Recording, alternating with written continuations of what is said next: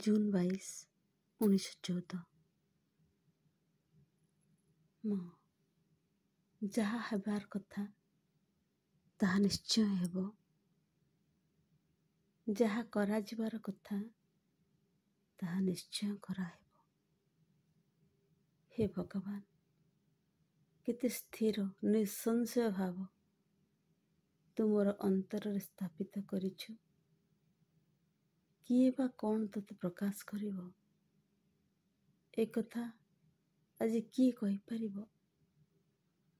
ଯାହା କିଛି ଚେଷ୍ଟା କରି ପୂର୍ଣ୍ଣତର, ଉଚ୍ଚତର ନୂତନ ପ୍ରକାଶ ପାଇଁ ସେ ସବୁଥିରେ ତୁ ରହିଛୁ। ଆଲୋକର ମୂଳ ସ୍ୱରୂପ ବର୍ତ୍ତମାନ ବି ପ୍ରକାଶ ପାଇନାହିଁ,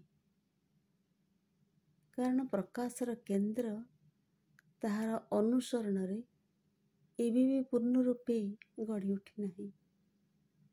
ହେ ଦିବ୍ୟ ପ୍ରଭୁ,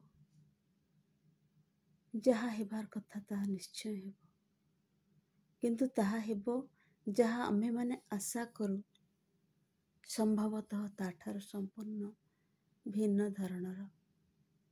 କିନ୍ତୁ ନୀରବ ଯେଉଁ ସବୁ ଗୂଢ଼ ରହସ୍ୟ, ସେସବୁକୁ ଭାଷାରେ ପ୍ରକାଶ କରାଯିବ କିପରି?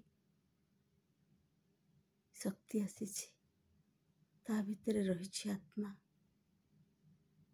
କେତେବେଳେ କେଉଁ ଉପାୟରେ ଏହା ବାହାରକୁ ଫୁଟି ଉଠିବ? ଯେତେବେଳେ ତୁ ମନେ କରିବୁ ଆଧାର ପ୍ରସ୍ତୁତ ବୋଲି। କି ମାଧୁର୍ଯ୍ୟମୟ ତୋର ଧ୍ରୁବ ସତ୍ୟ, କି ସାମର୍ଥ୍ୟପୂର୍ଣ୍ଣ ତୋର ଶାନ୍ତି, ଶାନ୍ତି, ଶାନ୍ତି।